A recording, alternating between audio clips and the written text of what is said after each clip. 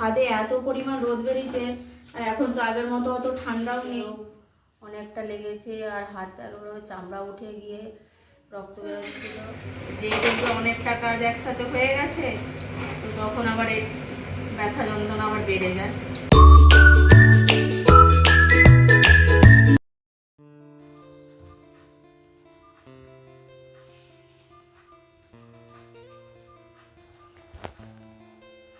সুপ্রভাত বন্ধুরা, শ্রাবণী ফ্যামিলি ব্লগে সবাইকে স্বাগতম। আশা করি তোমরা ঈশ্বরের কৃপায় সবাই ভালোই আছো। আমরাও মোটামুটি সবাই ভালোই আছি।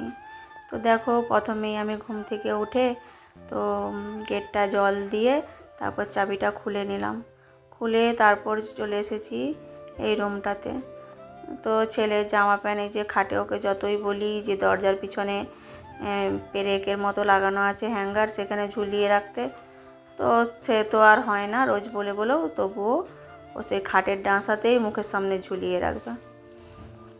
তো যা মানে বাচ্চাদেরকে যতই বলো, হয়তো একদিন করে তারপর করে না। তো যাই হোক, আমি সেটাকে প্রথমে গুছিয়ে নেব।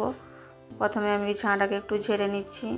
তো দেখো, এই শোলার মতো এটা তো আমার দুটো রুমেই বিছানায় পাতা থাকে, কারণ এটা একটু ঠান্ডার দিনে শুতে আরাম লাগে। আর বেডশিটগুলোও তাড়াতাড়ি মানে নোংরাও হয় না, আর নেমেও আসে না, কারণ বাচ্চারা যখন দেখবে বিছানা থেকে নামে, তখন তাদের সাথে সাথে বেডশিটও নেমে চলে আসে। তো এই হচ্ছে সমস্যা। কিন্তু গরমের দিন পড়লে তখন তো আর এগুলোকে পেতে রাখা যাবে না, তখন এমন গরম হবে, তো তখন তুলে দেব। তো দেখো, তারপর আমি ওইগুলোকে ওই রুমটা গুছিয়ে ঝাড়ু মেরে তারপর একটু মাকড়সার ফাঁদ ঝাড়ছি, কারণ আজকে রবিবার। তো রবিবার দিনে একটু ছুটি পাওয়া যায়, ছেলে মেয়েদের স্কুল থাকে না, তো সেই জন্য তাড়াহুড়োও থাকে না যে কি খেয়ে যাবে না খেয়ে যাবে, একটু বেলা হলেও চলে। তো সেই জন্য একটু আজকে ভাবলাম মাকড়সার ফাঁদ ঝেড়ে নিই। আর আমাদের বাড়িটা সাদা বলে এখনও রং করা হয়নি, তো সেই জন্য জানি না, এখন বলছে সব আম্বকুলের মাছি, তো ওগুলো মাছি না মশা কে জানে, সব যেন একদম কালো হয়ে একবারে চিটিয়ে বসে আছে। তো সেগুলোকে দেখো, যতই মাকড় মানে ঝাড়ু দিয়ে ঝাড়ছি, তো সেগুলো পড়ে যাচ্ছে, আবার দেখছি যেন উঠে গিয়ে আবার বসে যাচ্ছে। তো এই সব হচ্ছে সমস্যা। আর এই যে দেখো, এখানটাও ওই যে ঝেড়ে নিচ্ছি, তো এই জায়গাটা একটু ঝাড়ু দিয়ে ঝাড়ছি, কারণ এই দিকটা প্রচণ্ড পরিমাণে ওই মশাগুলো বসে আছে। তো দেখো, আমি ওই জন্য মাথায় একটা গামছা বেঁধে নিয়েছি, যাতে মাথাটা নোংরা না হয়। তো তারপর দেখো, চোখেও আমার একটা দুটো এসে যেন পড়ে গেল। তো সেই জন্য আর আমি গোটাটা ঝাড়লাম না, রেখে দিয়ে চলে এলাম টেবিলে পরিষ্কার করতে। এই যে দেখো, যে আমি পাতাগুলো খুলছি, এইগুলো না আমাদের এখানে একটা মেলা হয়েছিল সবুজ সংঘ মাঠ বলে একটা জায়গা আছে, সেখানে আমাদের মেলা হয়েছিল। তো সেখানে গিয়েছিলাম আমরা চারজনেই মেলা দেখতে।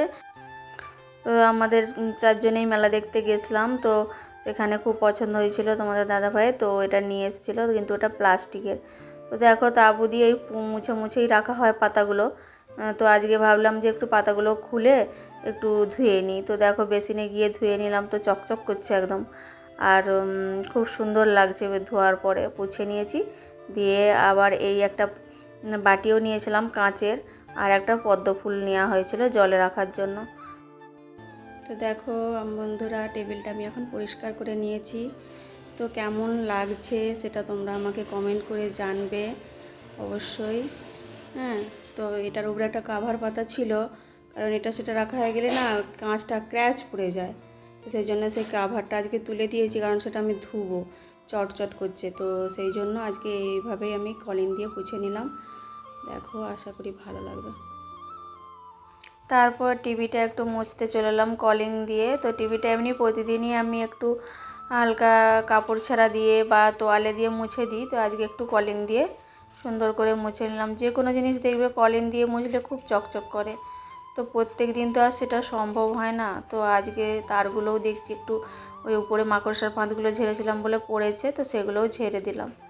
তো দিয়ে দেখো, এই যে এই দুটো নাইটি ধুচ্ছি, এগুলো আসলে আমার সব পুরনো ছেঁড়া নাইটি। এগুলো আমি রান্নাঘরে একটা আর বাথরুমের কাছে একটা পেতে রাখি। তো পাপোশ তো আছেই, কিন্তু তবুও মনে হয় এই সুতির জিনিসগুলোর ওপরে পা রাখলে বা রান্নাঘরে কাজ করতে করতে জল পড়লে এগুলো দিয়ে মুছে দেওয়া যায়। আর এই যে এই টেবিল কভারটা, এটা হচ্ছে আমাদের ওই ডাইনিং টেবিলটায় পাতা থাকে, তো এটাও ধুয়ে নিলাম। তো তারপর চলে এলাম আমি ঘর মুছতে। তো প্রত্যেক দিন ঘর মুছলে কিন্তু ভালোই লাগে, কিন্তু সব দিন তো আর সেটা হয়ে ওঠে না, কারণ মানে একলা হাতে কাজ, কোনটা করি আবার কোনটা না করি। তারপরে তো শারীরিক সমস্যা আছে, আমার একটু ঘাড়ের সমস্যা আছে, তো সেই জন্য প্রত্যেক দিন এই কাজগুলো করলে আবার হাতের যন্ত্রণা এটা সেটা হতে থাকে। তো সেই জন্য যেদিন দেখি শরীরটা একটু ঠিকঠাক লাগছে, তো সেই দিনই আমি সেইভাবে কাজ করি। তো দেখো প্রথমে একটা রুম মুছে নিয়ে আবার এই রুমটাতে মুছতে চলে এলাম। তো এটাও মুছে নিচ্ছি। দেখো এই ডান্ডিটা আগে ছিল না, আগে একটু অন্যরকম ছিল, সেইটা হাতে করে জল নিংড়াতে হতো, কিন্তু তাতে এতটা ভালো হতো না। তো সেই জন্য তোমাদের দাদাভাই এটা আমাকে এনে দিয়েছে, ওর খুব পছন্দ হয়েছে, আর তার সাথে আমারও। তো আমারও এটা মুছতে খুব সুবিধা হয় জানো, বেশ সুন্দর করে এত সুন্দর গোল মতো, আর যেদিকে ঘোরানো যায় সেদিকেই ঘুরে, ওই জন্য দেয়াল টেয়ালগুলোও যতটা পর্যন্ত টাইলস আছে মুছে ফেলা যায়। তো এটা আমার এত পছন্দ হয়েছে যে আমি আমার যাকেও ফোন করে এটা নেওয়ার কথা আবার বলেছি, তো সেও আমার শুনে আবার সেও নিয়েছে, তো সেও বলেছে যে খুব ভালো। এই দেখো বকতে বকতে এই যে বলছি, একটা পেন বাতাসে শুধুই পেনটা পড়ে যাচ্ছে আর আমি কুড়িয়ে কুড়িয়ে তুলে রাখছি। তো দেখো আমাদের অল্প করেই মাছ আনা হয়েছে, তো আমার দেওরকে আনতে দিয়েছিলাম, কারণ আমি তো আজকে বাজার যাইনি, আর মাছ বাজারে গেলে আমি মাছও ঠিকমতো কিনতেও পারি নাই, তো সেই জন্য দেওর গেছিলো মাছ কিনতে, তো সেই এনে দিয়েছে, কারণ আমরা তো ফ্রিজে মাছ ফাছ রাখি না। তো এইগুলো হলেই মানে আজকের মতো হয়ে যাবে, তো তারপর হচ্ছে যে কালকে আবার অন্য কিছু হবে। তো দেখো বন্ধুরা, আমি এখন এখানে বাথরুমে আজকে জামা কাপড়গুলোকে কেচে নিচ্ছি, কারণ ছাদে এত পরিমাণ রোদ বেরিয়েছে, আর এখন তো আগের মতো অত ঠান্ডাও নেই, তো সেই জন্য আর কি মানে বাথরুমে এখানে কেচে নিচ্ছি, তারপর ছাদে গিয়ে মিলবো। আর যদি কাঁচা মিলা একসাথে করি তো তাহলে তো আর দেখতে নেই, মাথাটা একবারে জ্বলে যাবে, দিয়ে পরে আবার মাথার যন্ত্রণা আরম্ভ হয়ে যাবে। তো সেই জন্য আমি ভাবলাম যে আজকে বাথরুমেতে এখানেই কেচে নিই, কেচে এখানে ধুয়ে তারপর ছাদে নিয়ে যাবো, টপ করে মেলা হয়ে যাবে। আর গামছাগুলোকে ভাবছি একটু গরম জলে দিতেই হবে, এতগুলো তেলচিটা ভাব, তো সেই জন্য ভাবছি ছাদে গিয়ে একবার টপ করে উনানটা জেলে দিয়ে তারপর হচ্ছে যে গরম জলটা বসিয়ে দেবো, দিয়ে সেগুলো গামছাগুলোকে ভিজিয়ে দিতে দিতে এগুলো তখন কি আমার মেলা হয়ে যাবে গরম জলটা হতে হতে। তারপর স্নান করব, করে তারপরে এদিকে পুজোর কাজ করব। তো দেখো আমরা এখন খেতে বসে গেছি। তো আজকের মেনুতে আছে ভাত, গরম গরম মাছ ভাজা, আর এই যে ব্রোকলি আর উচ্ছে দিয়ে একটু ভাজা, আর হয়েছে এই যে পেঁয়াজ দিয়ে তিল দিয়ে ভাজা, আর এখানে হয়েছে ডাঁটা দিয়ে আলু দিয়ে টমেটো দিয়ে বড়ি দিয়ে ঝোল। তো আজকে এই সবগুলোই রান্না আমাদের আজকে হয়েছে। এই যে ছেলে খেতে লেগে গেছে, দেখো যে মেয়েও খাচ্ছে, ওকে আবার মাখিয়ে দিতে হবে, ভাত না মাখিয়ে দিলেও আবার খেতে পারে না। তো চলে এসো সবাই আমরা একসাথে খাওয়া দাওয়া করবো। তো দেখুন বন্ধুরা, আমার মেয়ে আজকে খেলতে গিয়ে ছুটছিল একটু বাচ্চাদের সাথে, তো ছুটতে ছুটতে ও রাস্তায় পড়ে গিয়েছে, একদম ঢালাই রাস্তা, একটু মুচমুচ ছিল, তো তাতে ওর জুতোটা ঢুকে গিয়েছিলো, দিয়ে পড়ে গেছে। তো সেই জন্য এই যে হাঁটুতেও অনেকটা লেগেছে, আর হাত একেবারে চামড়া উঠে গিয়ে রক্ত বেরোচ্ছিল। তো এখন আমি হাঁটুটা যে নীল হয়ে গেছে, তো বরফের সেক দিচ্ছি, বলছি দিতে বেশিক্ষণ, কিন্তু একদম কথা শুনে নিচ্ছে না। তো যাই হোক, এখন অনেকটাক্ষণ দেওয়া হয়েছে, আবার বলছি রাতের দিকে দেবো। আর হাতটা একটু নরম মানে সেক দিয়েছি, গরম সেক, আর পাটায় দিলাম বরফের সেক, কারণ হাতটা কাটা হয়ে গেছে। তো প্রথমে সেখানটাও একটু বরফ দিয়ে দিয়েছি, তারপরে আবার হাতটাতে একটু মলম হচ্ছে যে লাগিয়ে দিয়েছি, তো আবার হচ্ছে যে একটু পরে মলম টলম দেবো। তো এখন আমি বানাবো চাউমিন। তো একটুও তো বানানোর আজকে আমার ইচ্ছেই নেই, কি বলবো যে সারাদিন এত পরিশ্রম করার পর সুন্দর তো লাগছে ঘর পরিষ্কার করলে, কিন্তু আমার শরীর ঠিক সুন্দর লাগছে না। তো যাই হোক, এখন মেয়ে আজকে যেহেতু পড়ে গিয়েছিল, তো সে এখন আবদার করেছে, কাঁদছে সব সময়। তো ওকে ভোলানোর জন্য বলেছিলাম যে চাউমিন করব।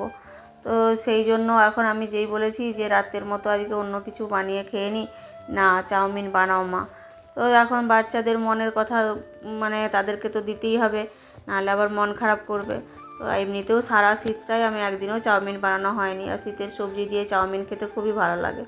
তো যাই হোক, বাড়িতে গাজরও ছিল, বাঁধাকপিও ছিল, আর আলু পেঁয়াজ সবই ছিল, ডিমও ছিল। কিন্তু আমার আবার ডিম দিয়ে চাউমিনটা ঠিক ভালো লাগে না, আমার মনে হয় সবজি দিয়ে চাউমিনটাই ভালো লাগে। তো সেই জন্য আমি সবজি দিয়েই চাউমিনটা যে বানাচ্ছি।